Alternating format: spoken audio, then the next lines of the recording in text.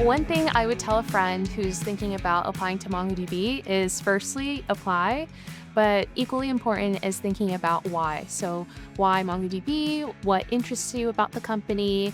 What skills would you like to learn? And how would joining MongoDB help you long term? It's a great place to work, super helpful recruiters, and a great transparent process. You're going to work with a ton of talented people, learn a lot, but you're also going to feel that sense of community from day one. Everyone is here to help you and get to know you as a person, and they just want to know what experience do you bring to the table and also getting to know a bit more about you. So definitely don't be nervous and just be yourself.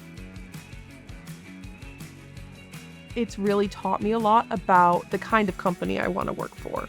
Just how inclusive, how collaborative, how willing to learn, how willing to teach our coworkers are. I think it has also taught me the kind of work that I want to do. MongoDB's values of owning what you do, building together, being intellectually honest are very, very evident in the work that full-time employees do and interns as well throughout the company, really. I feel more empowered to speak up, to voice my thoughts, because I know that we are all working as a team and we have one common goal, which is build a great database that everyone will use in the future.